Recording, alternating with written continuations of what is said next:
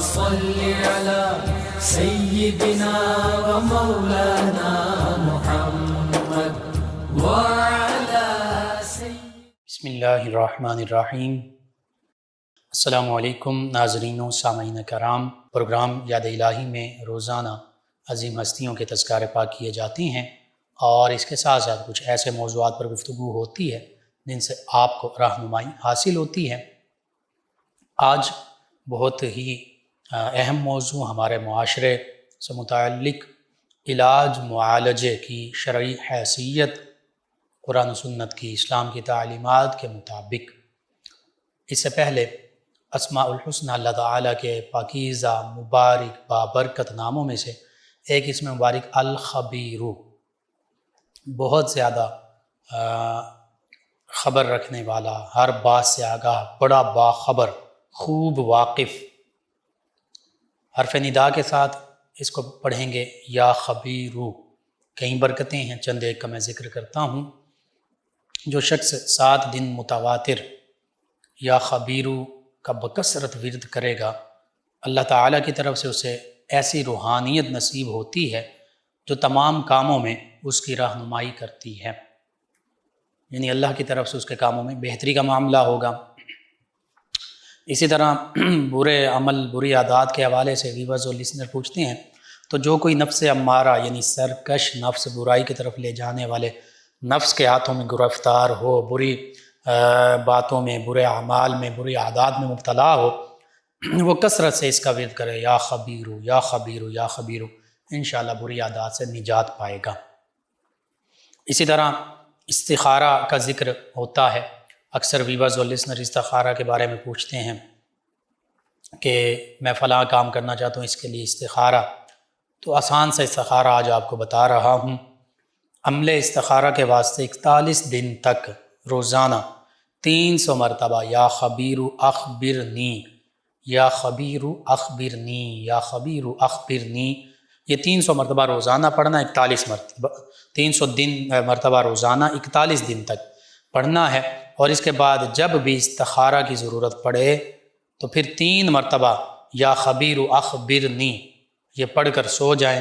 نیک یا بد حال اس کی انشاءاللہ اطلاع ہو جائے گی کہ یہ معاملہ پڑھنے والے کے لیے، استخارہ کرنے والے کے لیے بہتر ہے، بھلائی کا ہے یا برائی کا ہے۔ تو یہ 41 دن تک 300 مرتبہ روزانہ پڑھیں، پھر جب بھی استخارہ کرنا چاہیں 3 مرتبہ بس پڑھ کے سو جائیں گے، یا خبیر و اخبرنی۔ اللہ تعالیٰ دل میں بات ڈال دے گا، خیر کا معاملہ پھر بھی کہ یہ بہتر ہے، اس پر دل مطمئن ہو جائے گا، اور اگر برا ہوگا تو اس پر دل مطمئن ہو جائے گا کہ یہ کام نہیں کرنا۔ اللہ کی طرف سے یہ آپ کو یوں سمجھیے کہ مشورہ اور اللہ کی طرف سے آپ کو رہنمائی حاصل ہو جائے گی۔ اسی طرح جو کوئی کسی موذی آدمی کے پنجے میں گرفتار ہو، یعنی کسی ایسے شخص کہ کسی بھی حوالے سے اس کے ظلم کا شکار ہے اور وہ جان بوجھ کر اس کو تنگ کرتا ہے، کسی بھی حوالے سے، زبان سے، ہاتھ سے، تو پھر اسے چاہیے کہ وہ یا خبیرو کثرت سے پڑھے، انشاءاللہ خلاصی پائے گا۔ اگر کوئی شخص اس میں مبارک یا خبیرو بکثرت پڑھے گا تو اللہ تعالیٰ اپنے فضل و کرم سے اسے خواب اور بیداری کی حالت میں پوشیدہ حالات و واقعات سے مطلع فرما دے گا۔ اسرار و رموز اور معاملات اس پر کھل جائیں گے اور غیبی مشاہدات اس پر بکثرت ظاہر ہوتے رہیں گے۔ اسی طرح جو شخص استخارے کے طور پر کسی کام کا اچھا یا برا ہونا معلوم کرنا چاہتا ہے، وہ جمعرات کے دن روزہ رکھے اور شام کو روزہ افطار کر کے عشاء کی نماز اول وقت میں پڑھے، یعنی جیسے عشاء کا وقت شروع ہو جائے، عام طور پہ مساجد میں اول وقت میں ہی ہوتی ہے، پھر 1100 مرتبہ یا خبیر اخبرنی یا خبیر اخبرنی پڑھے، اول آخر 11 مرتبہ یہ آیت مبارکہ پڑھے۔ غالباً سورہ صافات کی آخری آیات ہیں یہ 3۔ سبحان ربک رب العزت عما یصفون وسلام علی المرسلین والحمد للہ رب العالمین۔ یہ پڑھنے کے بعد خاموش ہو کر سو جائے، انشاءاللہ اسی رات کام کی بابت، یعنی جو کام کرنا چاہتا ہے اس کے حوالے سے نیک ہے، اچھا ہے یا اس کے حق میں برا ہے، جو کچھ معلوم ہوگا وہ اسی رات میں معلوم ہو جائے گا، جو کچھ بھی ہوگا کہ یہ اچھا ہے یا برا وہ اس رات میں معلوم ہو جائے گا۔ اسی طرح جو شخص اس میں مبارک یا خبیر بکثرت پڑھے گا انشاءاللہ نفس اور شیطان کے جال سے بچا رہے گا، کبھی شیطان کے دھوکے میں نہیں آئے گا۔ جو شخص نفس اور نفسانی خواہشات کی غلامی میں مبتلا ہو، بری عادات میں پڑا ہوا ہو، بعض اوقات بچوں کے لیے بھی پوچھا جاتا ہے، اور احکام الہی سے غافل ہو کر راہ ہدایت سے دور ہو چکا، بڑے بھی ہو سکتے ہیں اس میں، وہ شخص اس میں مبارک یا خبیروں کا بکثرت ورد کرے تو اللہ تعالیٰ اپنے فضل و کرم سے اسے نفس اور نفسانی خواہشات کی غلامی سے رہائی عطا فرمائے گا، اسے نیکی اور ہدایت کا راستہ دکھائے گا، اسے نیکوکار بننے اور احکام الہی کی پابندی کرنے کی توفیق عطا فرمائے گا۔ رمضان المبارک کی گھڑیاں قریب ہیں، ضرور اس کو اپنے معمول کا حصہ بنائیے۔ اسی طرح اس میں مبارکہ کو 7 روز تک کثرت سے پڑھنے سے بندہ مومن پر اسرار مخفیہ یعنی جو پوشیدہ اسرار و رموز ہیں وہ ظاہر ہونے لگیں گے، اور اگر کسی موذی ظالم شخص کے پنجے میں گرفتار ہے، قید کیا ہوا ہے، یا جان بوجھ کر وہ ظلم کرتا ہے تو اس سے بھی نجات حاصل ہو جائے گی انشاءاللہ۔ یہ چند ایک چیزیں ہیں تو بہت ہی ہماری زندگی سے ریلیٹڈ آپ کو ضرورت ہے، ضرور اپنے معمول کا حصہ بنائیے اور عاد و وظائف میں شامل کیجیے، اپنے اعزا اقربا رشتہ دار دوست احباب پڑوسی محلے دار امت مسلمہ تک پہنچائیے۔ میرے آپ کے ہمارے بتانے سے امت مسلمہ میں سے ہمارے کسی بھی مسلمان بہن بھائی، کسی مسلمان فرد کا فائدہ ہوتا ہے انشاءاللہ،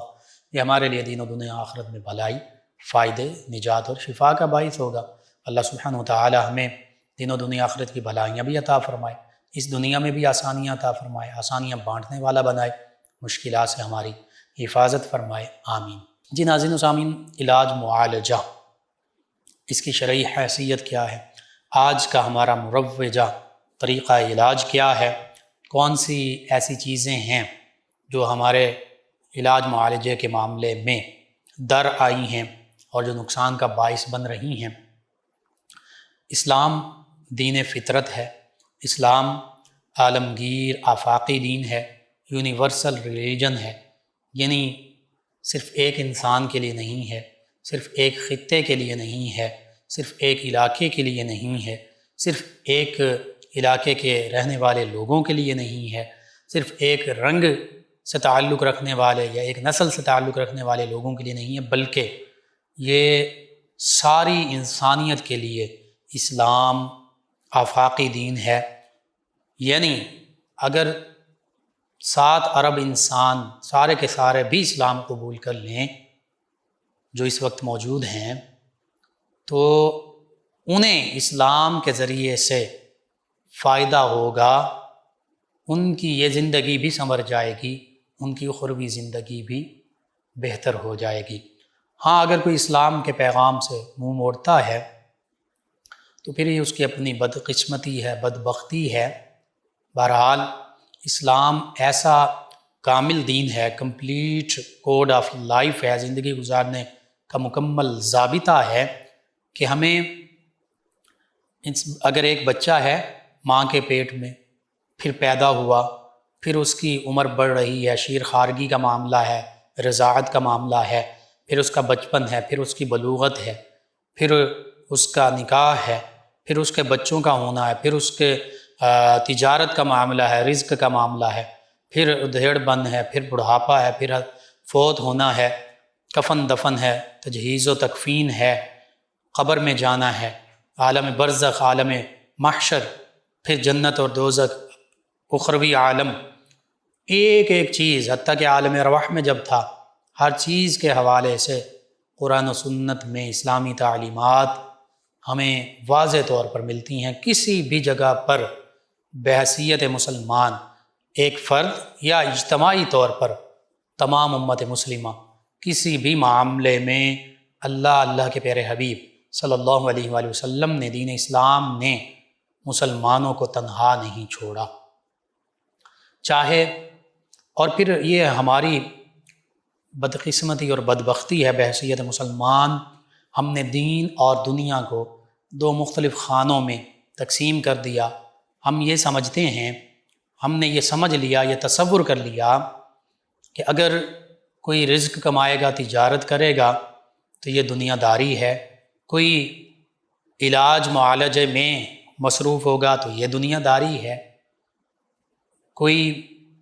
والدین بیوی بچوں کے معاملات اور ان کے حقوق پورے کر رہا ہے تو یہ دنیا داری ہے۔ بظاہر دنیا داری ہوگی، لیکن حقیقت یہ ہے کہ یہ سارے معاملات، بندہ مومن کا ہر عمل وہ دین ہے اگر اس کی نیت خالص ہے۔ یعنی اگر بندہ مومن تعلیم حاصل کرتا ہے، دینی بھی دنیاوی بھی، اور اس نظریے سے حاصل کرتا ہے کہ میں دینی اور دنیاوی دونوں علوم حاصل کر کے مسلمانوں کی، اسلام کی خدمت کروں گا اور اللہ کی رضا پر رہتے ہوئے اللہ تعالیٰ کے احکام کے مطابق یہ علوم حاصل بھی کروں گا اور ان علوم کو آگے پھیلاؤں گا۔ اسی طرح میں اللہ تعالیٰ کے احکام کے مطابق تجارت کروں گا، جاب کروں گا، کام کروں گا، حلال رزق کماؤں گا، حرام سے بچوں گا، یہ بھی دین ہے، یہ بھی عبادت ہے۔ اسی طرح دیگر معاملات، گناہ سے بچنے کے لیے میں نکاح کروں گا تو یہ بھی باعث اجر و ثواب ہے، اور نبی رحمت صلی اللہ علیہ وآلہ وسلم کی امت میں اضافہ ہو اس لیے میری اولاد ہو، یہ بھی باعث اجر و ثواب ہے۔ حتیٰ کہ پوری زندگی اللہ اور اس کے رسول صلی اللہ علیہ وآلہ وسلم کے احکام پڑھنے، سیکھنے، سمجھنے، آگے پڑھانے، سمجھانے، سکھانے اور اس پر اخلاص کے ساتھ عمل کرنے میں گزار دے تو یہ بھی دین ہے۔ یعنی بظاہر جن معاملات کو ہم دنیا کہہ رہے ہوتے ہیں، اگر وہ اللہ تعالیٰ کے احکام کے مطابق ہم ان پر عمل پیرا ہو رہے ہوں تو یہ باعث اجر و ثواب بن جاتے ہیں، یہ دین ہے، حقیقی دین۔ اور اس کے برعکس اگر میں، آپ، ہم میں سے کوئی بھی نماز صرف لوگوں کو دکھانے کے لیے پڑھ رہا ہے، روزہ صرف لوگوں کو دکھانے کے لیے رکھ رہا ہے، سخاوت لوگوں کو دکھانے کے لیے لوگ مجھے سخی کہیں گے، نماز کے لیے نمازی کہیں گے، حج کے لیے حاجی کہیں گے، روزہ رکھا تو روزہ دار کہیں گے، زکوٰۃ دی تو کہیں گے کہ بھائی بڑی زکوٰۃ دینے والا ہے، اگر صرف لوگوں کے لیے، لوگوں کو دکھانے کے لیے ہے تو پھر یہ دنیا ہے، یہ ریاکاری ہے، یہ شرک خفی ہے، یہ اللہ تعالیٰ کے غضب کا باعث ہے، اور یہ دنیا ہے، یہ دین نہیں ہے، یہ باعث اجر و ثواب نہیں بلکہ باعث عذاب بن جاتا ہے۔ جن کو بظاہر ہم دین کے معاملات کہتے ہیں تو انما الاعمال بالنیات، اعمال کا دار و مدار نیتوں پر ہے۔ ہماری نیت کیا ہے؟ اگر تو خالصتاً اللہ کے احکام کے مطابق اور اللہ کی رضا کے لیے ہم اپنی زندگی کے نیک جائز اعمال، برے اعمال نہیں، جو نیک ہیں، جائز ہیں، شریعت اسلامیہ کے حدود میں ہیں، وہ کرتے ہیں تو پھر وہ ہمارے لیے دین ہیں، ہمارے لیے باعث اجر و ثواب ہیں۔ اور اس کے برعکس اگر نیک معاملات، میں نے فرائض کا ذکر کر دیا، یہ صرف اور صرف دکھاوے کے لیے، ریاکاری کے لیے، تو یہ بھی باعث ثواب نہیں، باعث عذاب بن جاتے ہیں۔ علاج معالجہ، قرآن و سنت کی تعلیمات میں جب ہم دیکھتے ہیں تو اللہ ہی نے حکم دیا ہے، اللہ کے پیارے حبیب صلی اللہ علیہ وآلہ وسلم نے بالخصوص حکم دیا، قرآن مجید فرقان حمید میں جا بجا موجود ہے۔ کہیں اللہ فرماتا ہے سیدنا ابراہیم علیہ السلام کے الفاظ وَإِذَا مَرِضْتُ فَهُوَ يَشْفِينِ، سیدنا ابراہیم علیہ السلام فرماتے ہیں اللہ کی بارگاہ میں، اے میرے رب جب میں بیمار ہوتا ہوں، فرماتے ہیں وہی رب ہے جو مجھے شفا دیتا ہے۔ تو یوں پتہ چلا کہ شفاء حقیقی جو ہے وہ اللہ تعالیٰ کی طرف سے ہوتی ہے، لیکن اللہ کے پیارے حبیب صلی اللہ علیہ وآلہ وسلم کے پاس جب کوئی بیمار آتا تو نبی کریم صلی اللہ علیہ وآلہ وسلم چونکہ سب سے بڑے حکیم بھی ہیں، طبیب بھی ہیں، فزیشین بھی ہیں، ڈاکٹر بھی ہیں، روحانی معالج بھی ہیں، جسمانی معالج بھی ہیں، اور اس کا اعتراف تو اپنے غیر بھی کرتے ہیں۔ Today medical science California university کے پروفیسر ڈاکٹر کہتے ہیں first and biggest medical surgeon and physician is Muhammad peace be upon him and the medical science is the changed name of Muhammad سنہ، کہ میڈیکل سائنس نبی کریم صلی اللہ علیہ وسلم کی سنت کا تبدیل شدہ نام ہے، اور نبی کریم صلی اللہ علیہ وآلہ وسلم ہی سب سے بڑے فزیشین ہیں، ڈاکٹر ہیں۔ اس کی وضاحت مختصراً میں بیان کر دیتا ہوں۔ قرآن مجید فرقان حمید بھی باعث شفا دین اسلام کی تعلیمات بھی باعث شفا، مدینہ طیبہ کی مٹی بھی باعث شفا، نبی کریم صلی اللہ علیہ وآلہ وسلم کا لعاب دہن مبارک بھی باعث شفا، آقا کریم صلی اللہ علیہ وآلہ وسلم کے فرامین مبارکہ بھی باعث شفا، اور پھر نبی کریم صلی اللہ علیہ وآلہ وسلم ظاہری بیماریوں کا بھی علاج فرمایا کرتے کہ غالباً سعد بن ابی وقاص رضی اللہ عنہ ان کو ہارٹ اٹیک ہوا، دل کا معاملہ ہوا، تو نبی کریم صلی اللہ علیہ وآلہ وسلم فرمایا، ایک ڈاکٹر کا حکم دیا کہ ان کے پاس لے جاؤ، اور فرمایا کہ اسے چاہیے کہ وہ عجوہ کھجوریں لے، غالباً 7 کا ذکر ہے یا عجوہ کھجوروں کا ذکر ہے، اور اس کی گٹھلیوں کو پیس کر ان کو کھلائے۔ آج بھی عجوہ کھجور جو ہے یہ ہارٹ پیشنٹ کے لیے سب سے بڑی میڈیسن ہے۔ تو علاج آقا کریم صلی اللہ علیہ وآلہ وسلم بطور فزیشین ڈاکٹر یوں فرما رہے ہیں، اور بطور سرجن ڈاکٹر ایک پیشنٹ ان کو ناسور یعنی بہت بڑا پھوڑا، آج کی زبان میں کہہ سکتے ہیں کینسر یا سرطان جو بڑھ گیا، پھیل رہا ہے، تو آقا کریم صلی اللہ علیہ وآلہ وسلم نے بذات خود سیدنا علی المرتضیٰ کرم اللہ وجہہ کریم کو بلایا اور پھر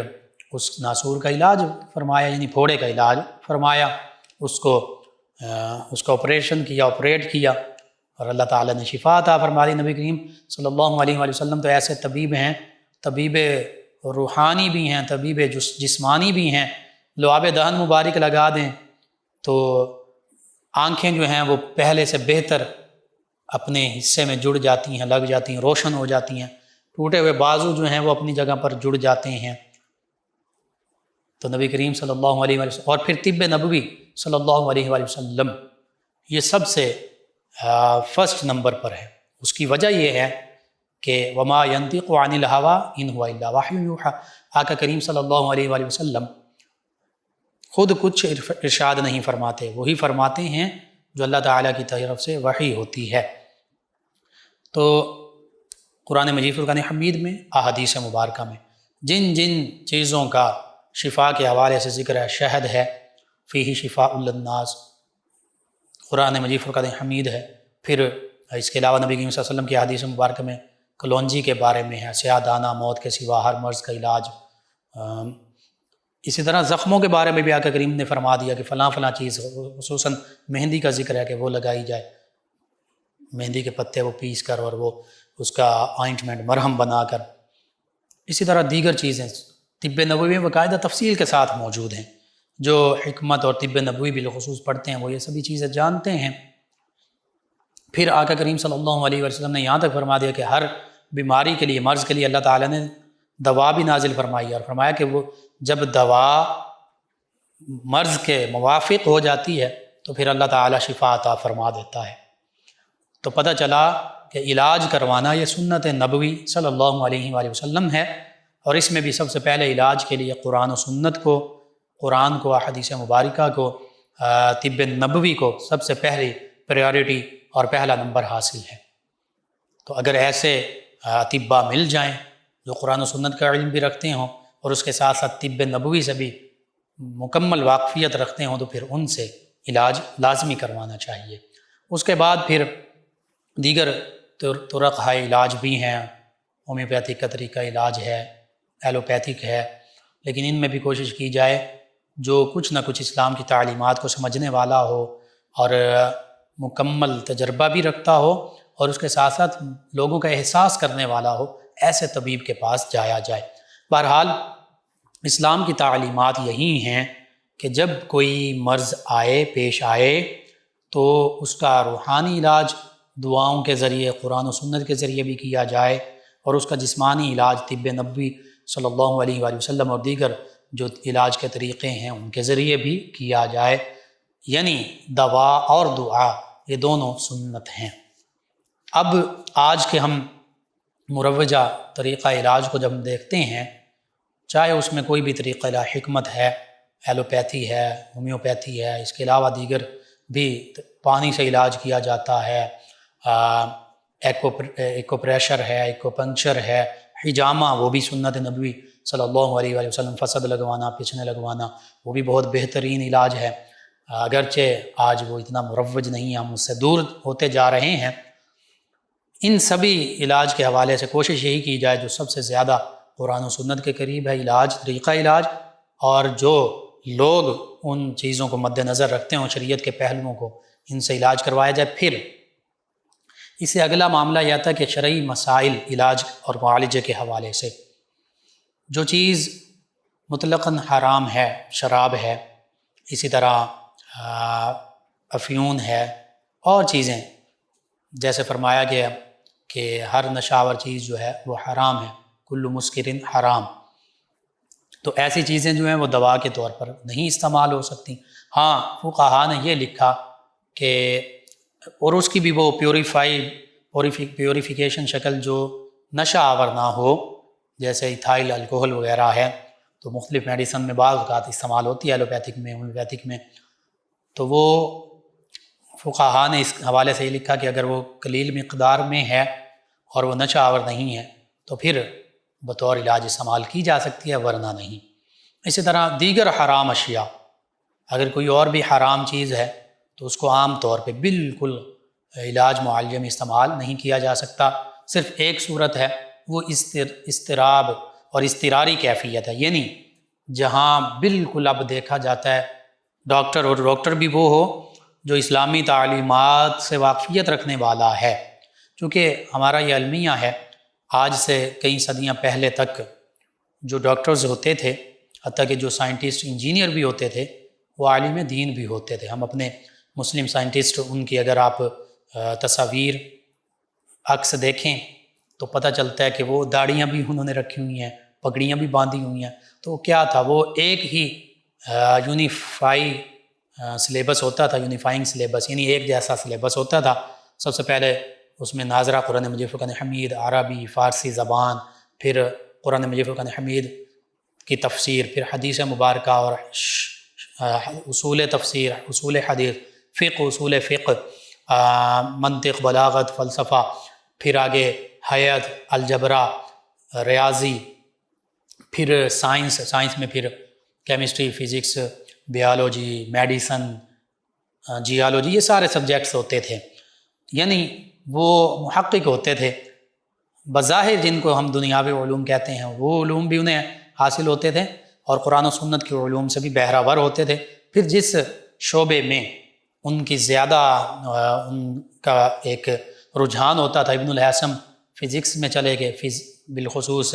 آپٹومیٹری میں، یعنی جو فزکس کی پھر آگے ایک برانچ ہے روشنی کے حوالے سے، اسی طرح آپٹکس میں، اسی طرح جابر بن حیان کیمیا کے بانی، فاؤنڈر آف کیمسٹری،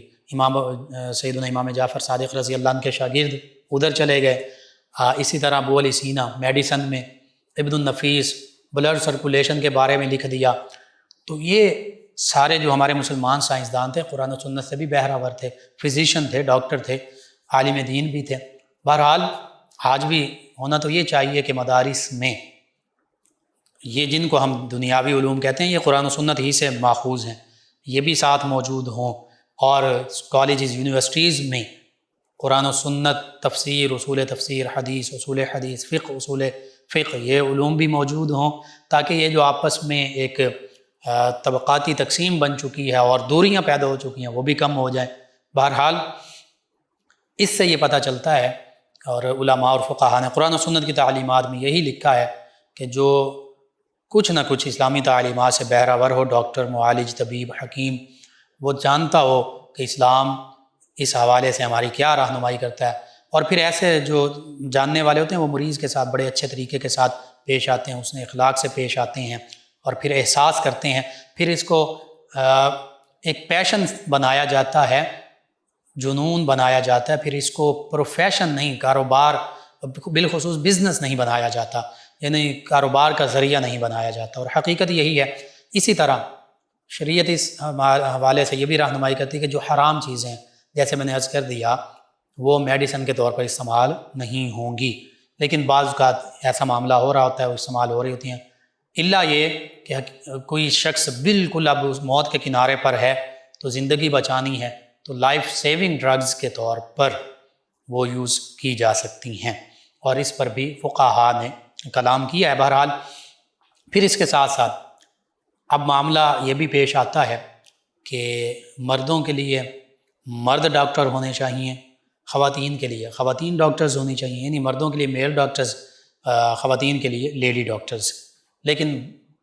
چونکہ ہر شعبے میں ہم اسلام سے کافی دور ہو چکے ہیں، اسلام کی تعلیمات سے دور ہو چکے ہیں، اسی لیے مختلف مشکلات کا شکار ہو چکے ہیں۔ یہاں پر بھی یہی معاملہ ہو رہا ہے۔ اس پر بالکل فقہاء کا کلام یہ موجود ہے کہ خواتین کے علاج کے لیے خواتین ڈاکٹرز ہی ہونی چاہیے،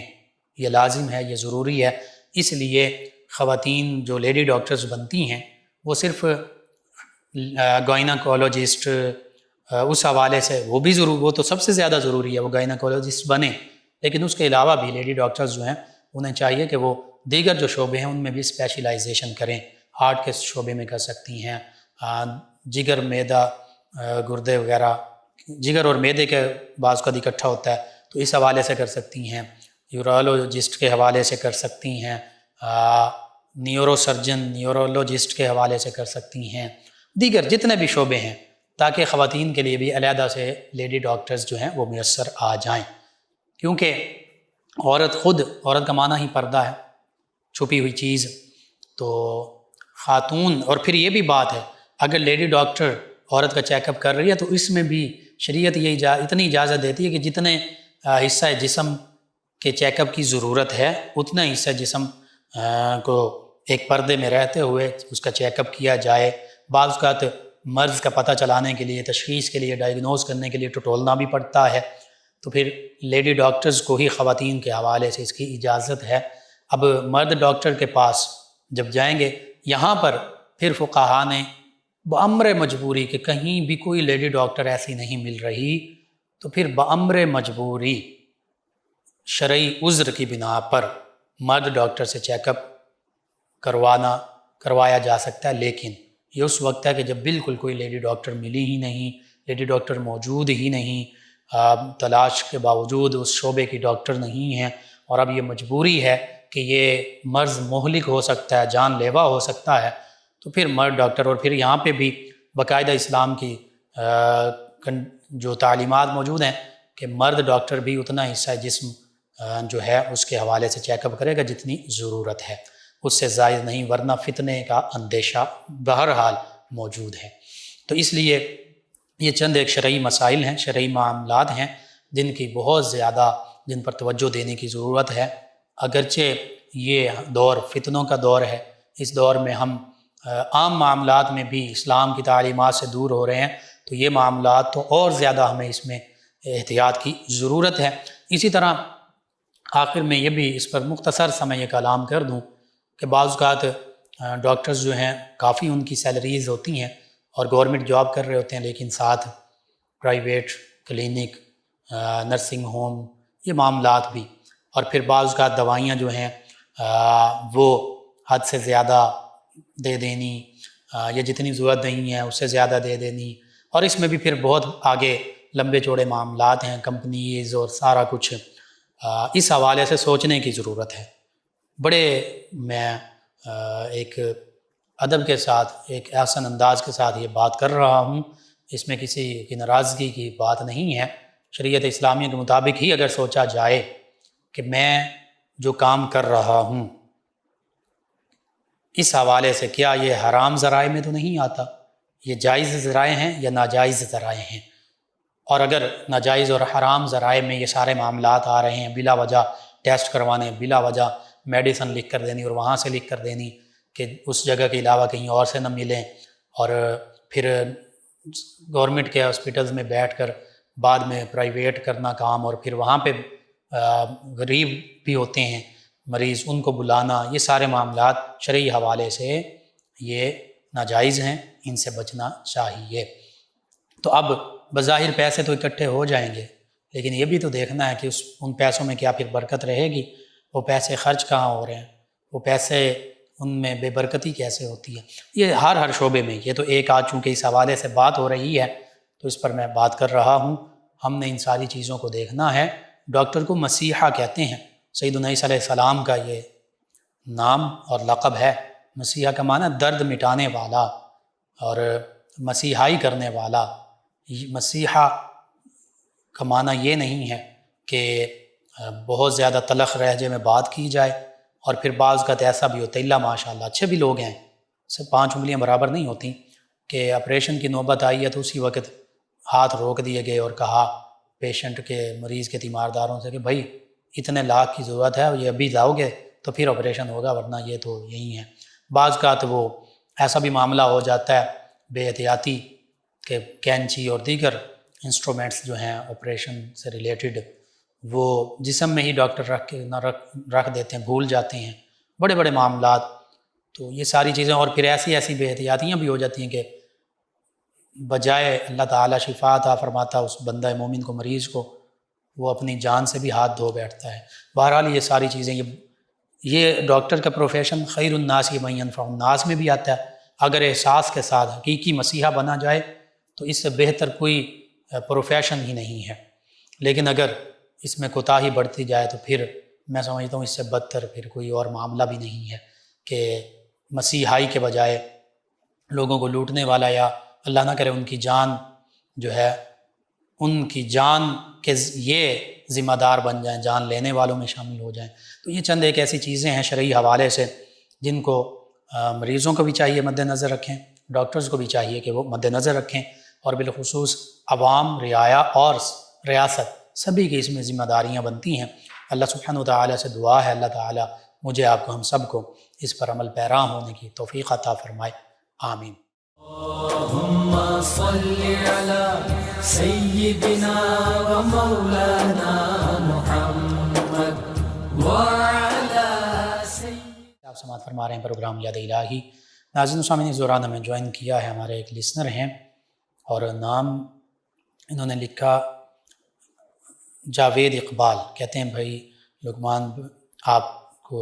السلام علیکم۔ جی وعلیکم السلام۔ کہتے ہیں کہ میری ڈیوٹی 15 دن رات میں ہوتی ہے اور 15 دن میں، کیا میں تہجد پڑھ سکتا ہوں؟ جی بالکل پڑھ سکتے ہیں، کیونکہ یہاں پہ مجبوری عذر جو ہے یہ آپ کو پیش آتا ہے، تو اس لیے بالکل آپ پڑھ سکتے ہیں۔ تہجد کا جب وقت ہوتا ہے تہجد پڑھیں۔ عثمان ظفر صاحب انہوں نے ہمیں جوائن کیا اور سلام کہا، دعاؤں سے نوازا، کہتے ہیں انکل سلامت رہیں۔ جی شکریہ آپ کا۔ جی آپ کے سوال کا جواب ہم نے کل کے پروگرام میں بھی دے دیا۔ شازیہ ساجد صاحبہ ہیں مکوانا سے، کہتے ہیں السلام علیکم بھائی، کیا حال ہے؟ جی وعلیکم السلام، الحمدللہ۔ کہتی کہ مجھے کوئی وظیفہ بتا دیں کہ مجھے ٹینشن سے نجات مل جائے، بہت زیادہ ٹینشن سے ہوں۔ جی میں عرض کرتا ہوں، آپ نماز کی، روزے کی پابندی، شرعی معاملات وہ ضرور ان کی پابندی کیجیے، اور 2 چیزیں اس کے علاوہ کیجیے۔ ایک تو باوضو رہیں اور استغفار کی کثرت، استغفر اللہ ربی من کل ذنب واتوب الیہ، ایک یہ۔ دوسرا درود پاک کی کثرت، کوئی سا درود پاک پڑھتے رہیں، انشاءاللہ اللہ تعالیٰ بہتری فرما دے گا۔ ایک اور لسنر ہیں 171 گاف بے سے، اور یہ کہتے ہیں السلام علیکم۔ جی وعلیکم السلام۔ یہ کہتے ہیں آپ کا پروگرام بہت شوق سے سنتی ہوں، اور میں انہوں نے اپنا واقعہ کا ذکر کیا، چاول گر گئے مجھ سے، ویران جگہ تھی، غالباً یہ خواب کا ذکر کر رہی ہوں۔ کہتے ہیں کہ میں ہر وقت ٹینشن میں رہتی ہوں اور سوچ کر سر میں درد ہونے لگتا، کوئی وظیفہ بتا دیں۔ سر میں درد ہو، بلڈ پریشر کا معاملہ ہو، وضو کیجیے، یہ سب سے پہلا علاج۔ دوسرا علاج درود پاک پڑھیے سر درد اور بلڈ پریشر کے لیے۔ تیسرا علاج سورہ آل عمران کی آیت مبارکہ 134، اس کو 41 مرتبہ پڑھ کر اول آخر تا تعداد میں درود پاک پڑھ کر اپنے اوپر دم کر دیجئے، انشاءاللہ اللہ تعالی بہتری فرما دے گا۔ 209 چک فیصل آباد سے ہیں عبدالغفار صاحب، کہتے ہیں پروگرام بہت اچھا ہے، اللہ تعالی آپ سب کو خوش رکھے۔ اور ان کے ساتھ نیاز صاحب بھی ہیں فیصل آباد سے، انہوں نے کہا کہ نعت علی کے لیے کوئی مخصوص وقت ہوتا ہے پڑھنے کا، یا جب مرضی پڑھ سکتے ہیں؟ جی میں عرض کرتا ہوں،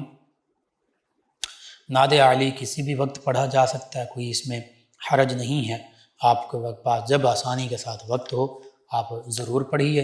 اللہ تعالیٰ قبول فرمانے والا ہے۔ اور پھر اس نعت علی کی وضاحت کے حوالے سے ایک بات یہ بھی ذہن میں رکھیے، بعض اوقات کچھ اس حوالے سے شکوک و شبہات پیدا ہوتے ہیں۔ یہاں پر نعت علی یم سے جو بزرگوں نے یہ بھی معنی لیا، سیدنا علی المرتضیٰ کرم اللہ وجہ الکریم، آقا کریم صلی اللہ علیہ وسلم اور اللہ تعالیٰ کی عظمت،